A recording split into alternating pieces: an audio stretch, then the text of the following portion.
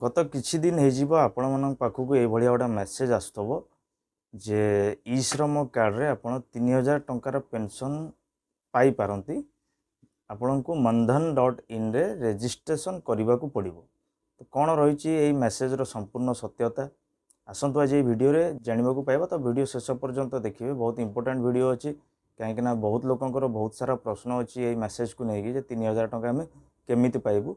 तो सबू जाक डाउट मुझे वीडियो रे क्लियर करने चेष्टा करी। तो वीडियो शेष पर्यंत देखिए। और जदि मो वीडियो फर्स्ट टाइम देखुं ताले मो चैनल को सब्सक्राइब करिए। और जदि फेसबुक रे देखुं ताले मते फॉलो निश्चय करिए। चलतु आज वीडियो स्टार्ट करिबा। तो फ्रेंड्स, आपण मैंने जानीथे जिते 2021-22 मसीह ई श्रम कार्ड आरंभ है, लोक मैंने बहुत असुविधार सम्मुखीन होगी राति राति अनिद्रा होगी ई श्रम कार्ड कले। से ई श्रम कार्ड बहुत लोक किसी बेनिफिट भी पाई, जो माने कि आपणकर राशन कार्ड पाई। ता छड़ा आ वर्तमान जाए कौन सी किसी सुविधा मिलना आपणकर ई श्रम कार्ड रे। एबे गत किछि दिन हो जो मानकर ई श्रम कार्ड अच्छी मेसेज आसुची जे 3000 टंका पेंशन बाबद आप पाइपर जदि mandhan.in रे आप रजिस्ट्रेशन करती। तो आप गोटे कथा जानी रखु जे पेंशन क्या मिले, पेंशन केते वर्ष रे लागू हुए। एटा गोटा साधारण कथा आप जानते हैं, जहाँ 60 वर्ष हो जाए जदि आप कौटी सरकारी चाकरी कर 60 वर्ष पर आप रिटायर्ड हुआ तापर आपन को पेंशन मिले। आउ केवल सरकारी चाकरी रे ही पेंशन मिले, और प्राइवेट चाकरी रे पेंशन नहीं। तो पेंशन रहीगला आप 60 वर्ष पर ही आप पेंशन पाइबे। तो जो मानक 60 वर्ष बर्तमान है नहीं से माने पेंशन योजना रे सामिल हो पारिबे नहीं। सामिल हो पारिबे को भाव में सामिल हो पारिबे देखो, जदि आपंकर ई श्रम कार्ड अच्छे आप mandhan.in रे जाई लॉगिन करेंगे।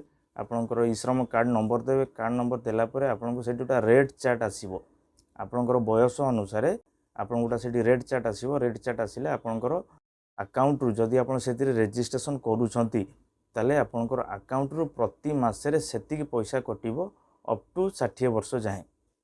जदि आपन वर्तमान 30 वर्ष होची ताले आपन आउरी नेक्स्ट 30 वर्ष जाए प्रति मासरे किछि गोटा अमाउंट आपन अकाउंट रु कटिबो, जोटा कि ई श्रम कार्ड रे आपनकर गच्छित होइकी रहइबो। जोटा आपन बेनिफिट पाइ पारे जेतेबेला आपन 60 वर्ष हेइ जिवो तापर आपन 3000 टंका पेंशन बाबद रे से पैसा को पाइ परिबे। तो बर्तमान बहुत लोकंकर प्रश्न रहउची जे आम रजिस्ट्रेशन करूँ ना नहीं। तो सेटा आपंकर ऊपर संपूर्ण निर्भर करे, कौन से बाध्य बाधकता नुहे। आप चाहिए रजिस्ट्रेशन करेंगे, आप न चाहिए रजिस्ट्रेशन करेंगे ना। जदि आप सामिल होती 60 वर्ष पर आप पेंशन पाइपर 3000 टंका, जदि सामिल न हो ताले आप 3000 टंका पेंशन पाइपर ना। आउ गोटे कथा वीडियो कर उद्देश्य ये जो मन मेसेज पलि आसी आप 3000 टंका पेंशन पाइबे। जो मैंने ई श्रम कार्ड कर मेसेज आसी, जो मैंने बर्तमान ई श्रम कार्ड करना तो तार कला बजारी या हूँ जो मैंने ई श्रम कार्ड करना कहुच्छी जे आप 3000 टंका तो पेंशन पाइबे, कार्ड करने आप मत 1000 टंका दिंतु मुझे ई श्रम कार्ड करदेवी।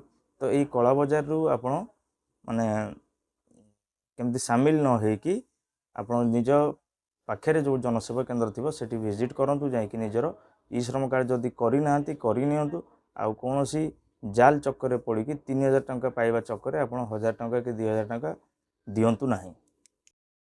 आशा करछि वीडियोटी आपको भल लगी। तो जदि वीडियोटी भल लगी ताले लाइक करंतु, मो वीडियो को शेयर करंतु। धन्यवाद।